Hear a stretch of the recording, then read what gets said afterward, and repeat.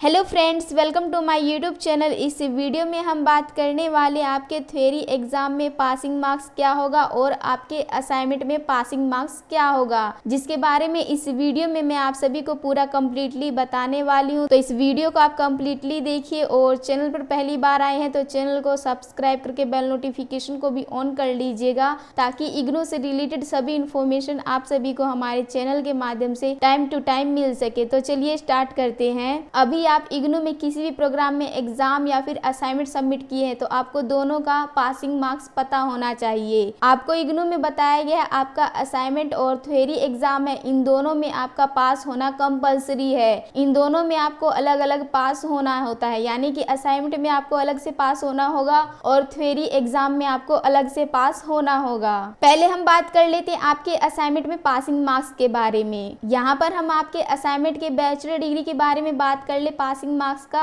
आपका जो असाइनमेंट आता है वो आपका 100 नंबर का आता है और उसमें जो आपका पासिंग मार्क्स होता है वो आपका 35 नंबर होता है, यानी कि आपको असाइनमेंट में पास होने के लिए 35 नंबर लाना होगा। और यही हम बैचलर डिग्री के बारे में बात कर ले तो आपका जो टोटल 100 मार्क्स का आपका असाइनमेंट आता है और इसमें आपको 40 मार्क्स लाना होता है पास होने के लिए। अब बात कर लेते हैं आपके थ्योरी एग्जाम के बारे में। पहले हम BA-जी, BSc-जी, BCom-जी ऑल जो आपके ऑनर्स के प्रोग्राम है बैचलर डिग्री के, उसके बारे में बात कर लेते हैं। यहाँ पर आपको जितने भी बैचलर डिग्री के प्रोग्राम दिए जाते हैं, BA Hindi, BA English, BA history, BA political science, BA economics, बाकी आपके जितने अदर BA के प्रोग्राम है उसका थ्योरी एग्जाम का बात कर लेते हैं पासिंग मार्क्स का। तो देखिए, अगर आपका 50 नंबर का पेपर आता है तो उसमें आपका पासिंग मार्क्स 18 नंबर होता है, यानी कि 50 नंबर के पेपर में आपको 18 नंबर लाने होंगे पास होने के लिए। और अगर आपका 100 नंबर का पेपर आता है तो 100 में से आपको 35 नंबर लाने होंगे पास होने के लिए। अब बात कर लेते हैं आपके डिग्री प्रोग्राम के बारे में। इसमें आपको पासिंग मार्क्स कितना लाना होगा। 50 नंबर का आपका क्वेश्चन पेपर आता है तो उसमें से आपको 20 नंबर लाने होंगे पासिंग मार्क्स। आपका 100 नंबर का पेपर आता है तो उसमें से आपको 40 नंबर लाने होंगे पास होने के लिए। और आपके BCA और MCA प्रोग्राम का बात करें तो इसमें आपको कितने नंबर लाने होंगे पास होने के लिए। आपका 50 मार्क्स का पेपर होता है तो उसमें से आपको 20 नंबर लाने होंगे पास होने के लिए। अगर आपका 100 मार्क्स का पेपर होता है तो उसमें से आपको 40 नंबर लाना होगा पास होने के लिए। और यहाँ पर आपके मैनेजमेंट प्रोग्राम के बारे में बात कर ले तो इसमें आपको ग्रेड के हिसाब से नंबर दिए जाते हैं। मैनेजमेंट का प्रोग्राम आपका हो गया MBA पोस्ट ग्रेजुएट, जैसे कि यहाँ पर आपको देखने को मिल जाएगा। यहाँ पर आपको